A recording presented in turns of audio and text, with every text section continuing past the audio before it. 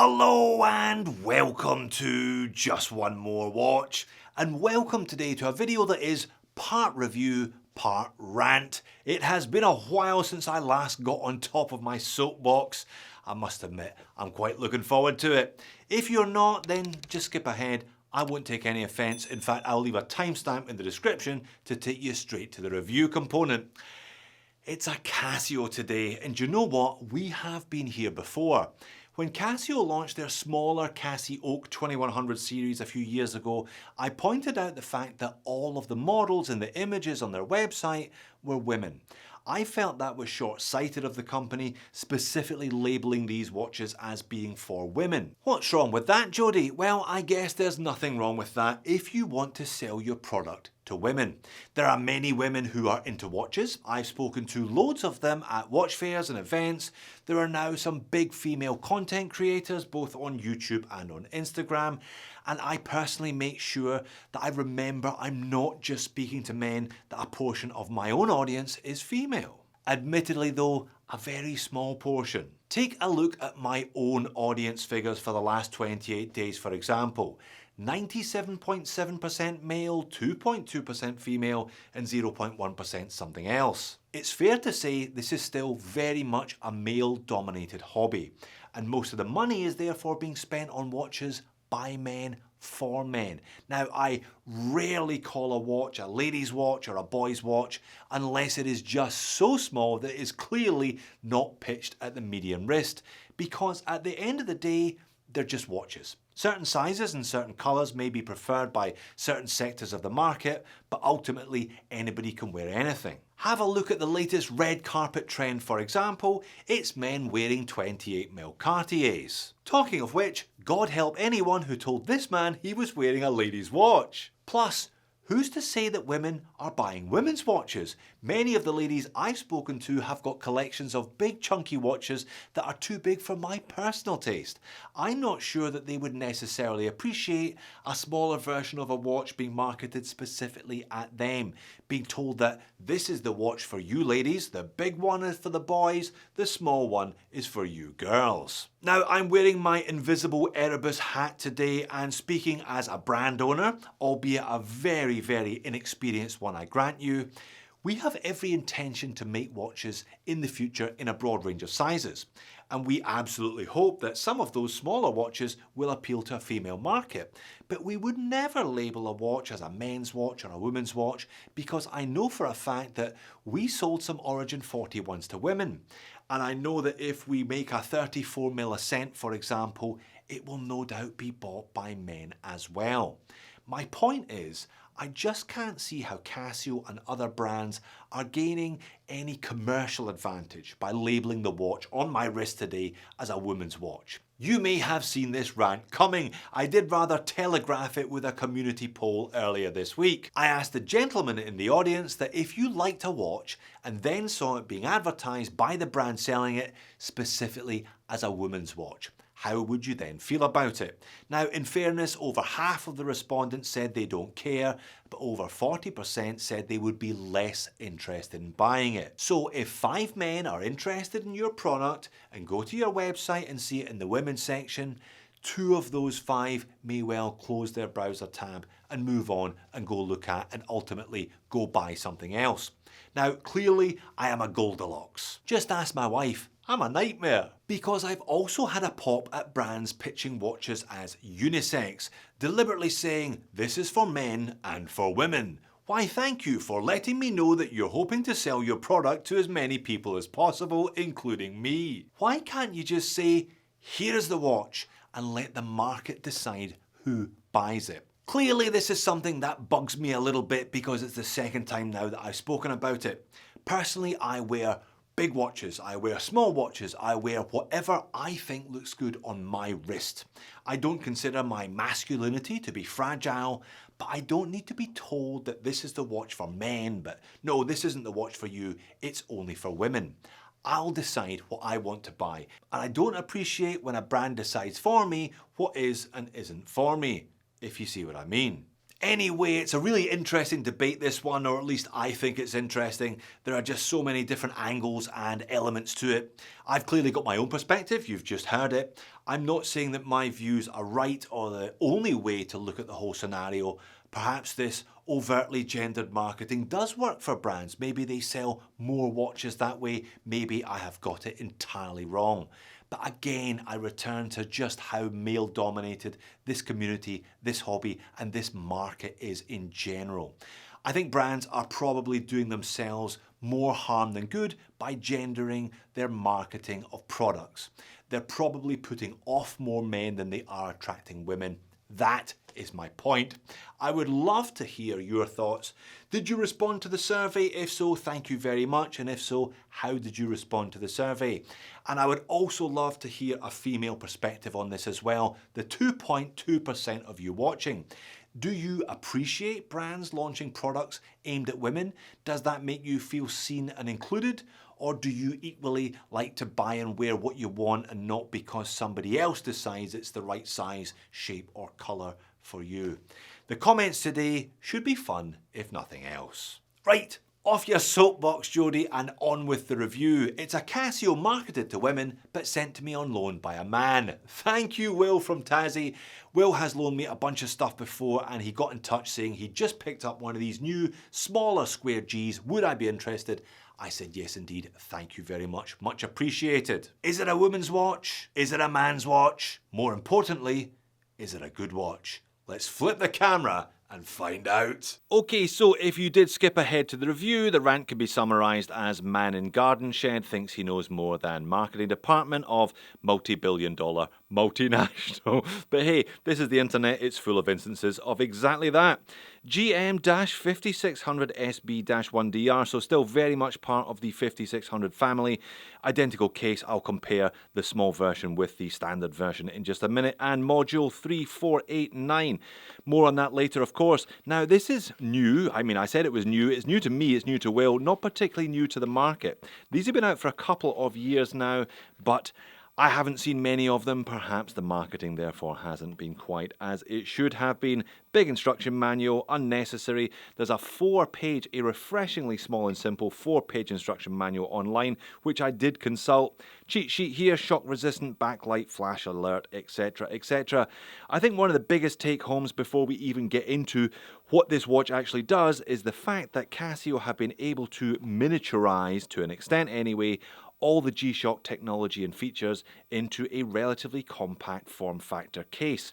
So you get the shock resistance, you get the water resistance, you get that protection around the module itself in a much, much slimmer, much more compact G. That is fantastic. How much smaller? Well, significantly smaller. Here is the small square next to the classic square, the crocodile of digital watches. This one has been lurking in the waters unchanged for decades, and yet it is much, much smaller. I have tended to favour these squares over the years because, up until this point anyway, they were the kind of smallest form factor G-Shock you could get. This is going to open the G-Shock brand to a whole new market of wrist sizes. Okay, so dimensions on this one then, 38.5mm across the middle. That includes those two winglets, 11mm thick, 44mm lug tip to lug tip, so definitely more compact than your standard G. Now lug width today, well, it's 16mm, but it is not applicable today at the same time as being 16mm. You're going to need a specialised band, you can't just swap it out for anything. If you do want to swap it out, if you do want to get rid of the one that is supplied, and the weight on the one that is supplied is a mere 51 grams. That is actually lighter than the full-size G that I just showed you, despite the fact that this one is half metal.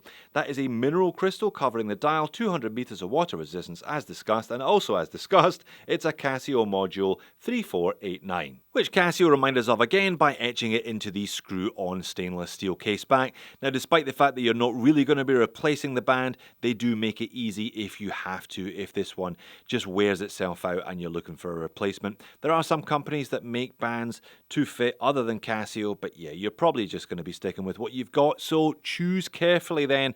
More on this particular band later. Now the module itself has an accuracy rating of plus or minus 15 seconds per month, pretty standard for quartz.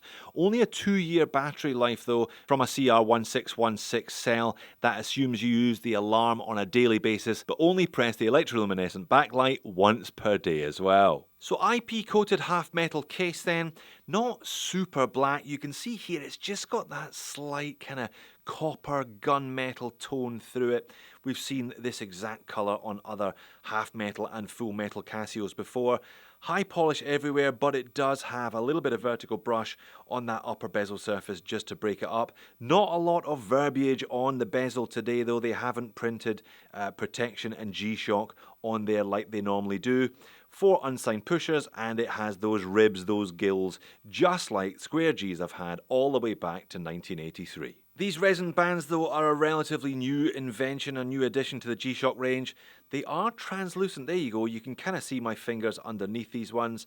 Interesting effect on wrist as well, as you'll see in just a minute. Single retainer here, and again it's the same IP coating on both buckle and tang. So what does the Casio Module 3489 do then? Well, it does pretty much everything you would expect an entry-level 4-button G-Shock module to do. So you have adjust, mode, light, and effectively start-stop is the top right button. I do like these 2-line displays though, not a massive fan of negative displays, more on that later. The 2-liner though, you get a decent size set of numerals displaying the home time on the bottom half or the bottom 3/5, and on the top 2/5 or top half, whichever way you want to look at it, you have the day of the week, the month of the year, and the date of the month permanently displayed. That means you get that second line even when you're into the modes. So let's get into the modes. Alarm. I'll come back to the alarm later on. Casio call this a multi-function alarm. It is fairly easy to operate. You can switch on an hourly chime as well here and the alarm chime should you want to. Note that when you utilize a mode function, it will take you back to the home time. So if you want to get into the next mode function, you have to cycle through it again. The next mode function is a countdown timer, all the way from 24 hours should you want it, easily adjustable by holding the adjust button. Again, back to the home time, cycling through one more time for stopwatch. Start, stop, it does laps, it resets, it does all the usual things, and once more back to the home time. No world time feature you've noted here. I'm sure that is only available on the slightly more expensive modules.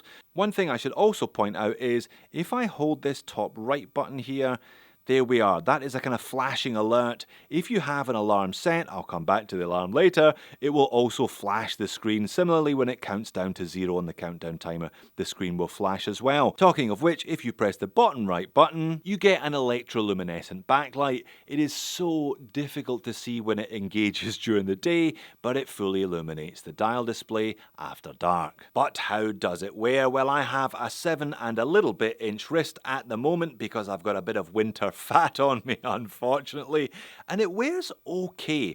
I will do a quick snap edit to show you what the standard G looks like on my wrist from this position. That is what the standard square G looks like on my wrist from this position. I could definitely wear either of them, but obviously the Goldilocks in me is probably looking for something slightly in between, a mid-size square G if I'm being honest. That's the overhead shot. I think it looks perfectly in proportion on my wrist from this angle. I'm well used to wearing watches at sub 38mm, so this G is no different to those. I'm sure you've also noticed though that the negative display is not particularly easy to read. It's not as bad as some other Casio negative displays that I have looked at in the past. My studio lights do them no favors, but yeah, if it was me, I'd be opting for one of the positive displays rather than this one. Which I guess brings me neatly onto the moans and niggles section. I bought my last negative display Casio a number of years ago. I won't buy and run them as dailies again because I actually use my watch for telling the time.